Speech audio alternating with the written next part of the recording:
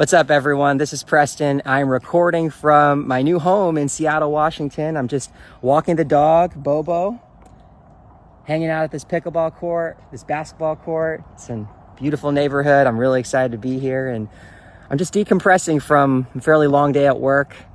I got off a talk with several different analysts, and one of them had asked me, what are your top 3 presentation tips? And so I gave him an answer that I thought might be helpful for you all to hear as well. So here they are. The first is be really clear about the gift that you're trying to give to your audience, because we oftentimes get caught up in our own heads worrying about how we might look, how we might be portrayed or perceived. And that's all expectations, self-expectations we have about ourselves that don't frankly matter, especially if they get in the way of the value you're trying to give. And so I like to use this statement to help orient myself around that value and ensure that whatever I'm presenting ladders up to that goal. And that sentence is, I want my audience to feel blank about blank in order to blank.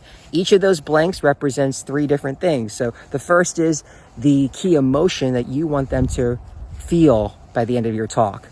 The information is the second blank. So what's that key piece of info you want them to know by the end of your talk? And then the third is the key action you want them to take by the end of your talk. That's the first piece of advice I'd give to make sure you stay focused on your talk.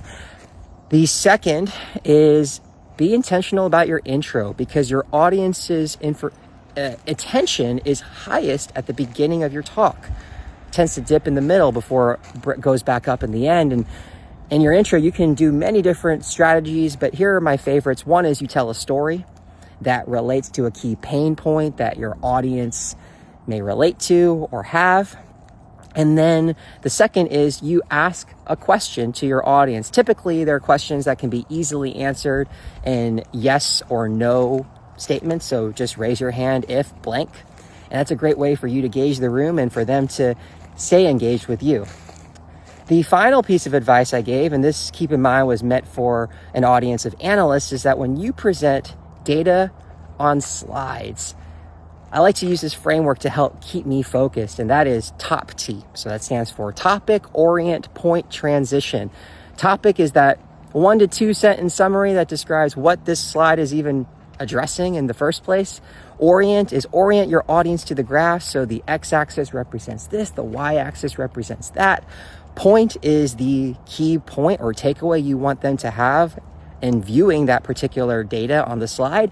And then transition is typically it's a broader takeaway or conclusion of that slide, or sometimes it's an open-ended question that you ask as a follow-up that leads you to the next slide. And these ways of teeing up that information, that framework, is very helpful to keeping your audience engaged. So I hope this helps.